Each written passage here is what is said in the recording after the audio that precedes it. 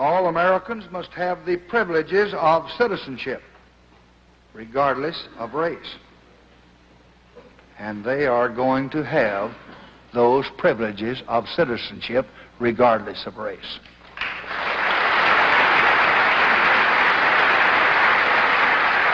But I would like to caution you and remind you that to exercise these privileges takes much more than just legal right. It requires a trained mind and a healthy body. It requires a decent home and the chance to find a job and the opportunity to escape from the clutches of poverty. Of course, people cannot contribute to the nation if they are never taught to read or write. If their bodies are stunted from hunger, if their sickness goes untended, if their life is spent in hopeless poverty, just drawing a welfare check. So we want to open the gates to opportunity. But we're also going to give all our people, black and white, the help that they need to walk through those gates. My first job after college was as a teacher in Cotulla, Texas, in a small Mexican-American school. Few of them could speak English, and I couldn't speak much Spanish. My students were poor, and they often came to class without breakfast, hungry. And they knew, even in their youth, the pain of prejudice. They never seemed to know why people disliked them. But they knew it was so, because I saw it in their eyes. I often walked home late in the afternoon after the classes were finished, wishing there was more that I could do. But all I knew was to teach them the little that I knew, hoping that it might help them against the hardships that lay ahead. And somehow you never forget what poverty and hatred can do when you see its scars on the hopeful face of a young child. I never thought then, in 1928, that I would be standing here in 1965. It never even occurred to me in my fondest dreams that I might have the chance to help the sons and daughters of those students and to help people like them all over this country. But now I do have that chance. And I'll let you in on a secret. I mean to use it.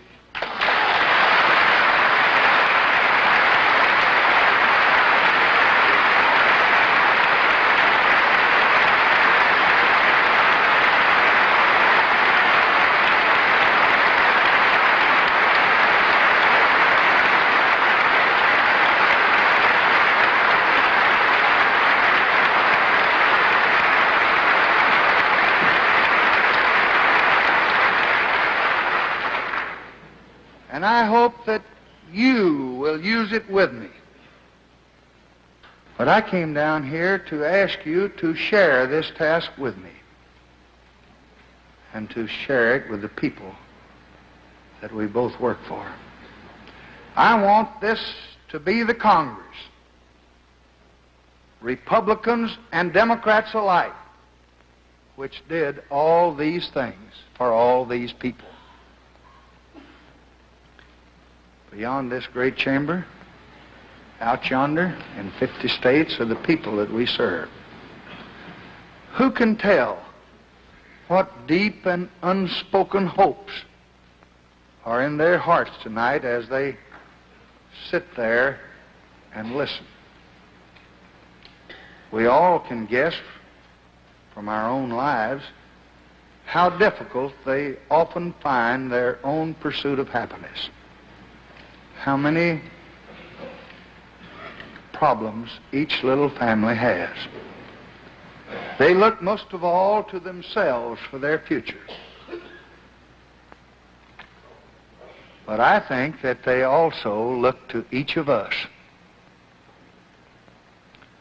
Above the pyramid on the Great Seal of the United States, it says in Latin, God has favored our undertaking. God will not favor everything that we do.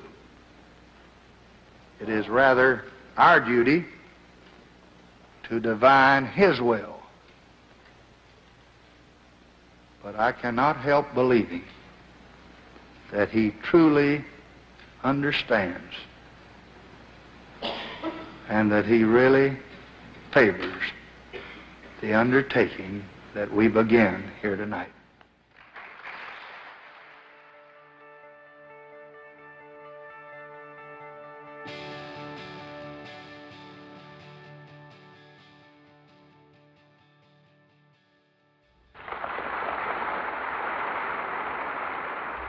This administration today, here and now, declares unconditional war on poverty in America.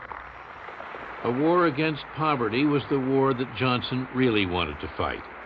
In his first State of the Union address, he reached back to the populism of his father and grandfather. He took a Kennedy anti-poverty proposal and made it his own. It will not be a short or easy struggle, but we shall not rest until that war is won.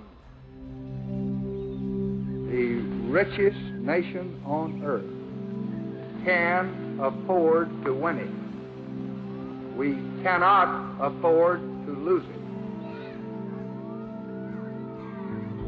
When Lyndon Johnson became president, 35 million Americans were living below the poverty line in the most affluent country in the world. And I said, but they don't vote. They don't have any organized lobbies.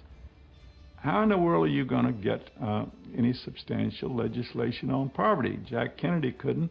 How are you going to do it?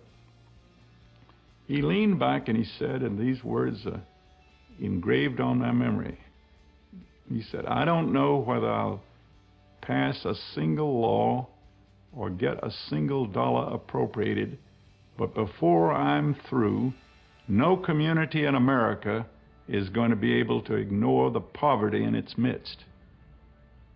Johnson now turned to the director of the Peace Corps, Sergeant Schreiber.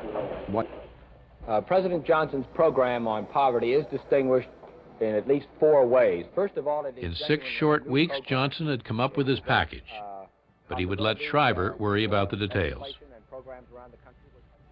He didn't have to tell me what he desired. I knew what he desired. He wanted to get going big, and he wanted to get going with success. He didn't have to tell me that.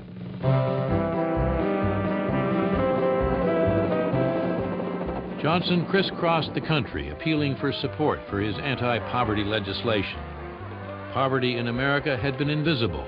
Johnson put it on the front pages. Our first objective is to free 30 million Americans from the prison of poverty. Can you help us free these Americans? And if you can, let me hear your voices. For Johnson, it was a return to his political past. The old battle cries of the New Deal coming alive again. He was the last soldier in the New Deal war. Most people don't actively care about people they don't know, people who are suffering. It's hard for us to remember those people. Lyndon never really forgot them, I think. I really think he never did. His vision was of helping the disadvantaged to help themselves. His hope was that you give them education, you give them opportunity, you give them the chance to come into the mainstream of American middle-class economic life. And that's as thoroughly American as apple pie. We have a right to expect a job, to provide food for our families, a roof over their head, clothes for their body. And with your help, and with God's help, we will have it in America. Thank you.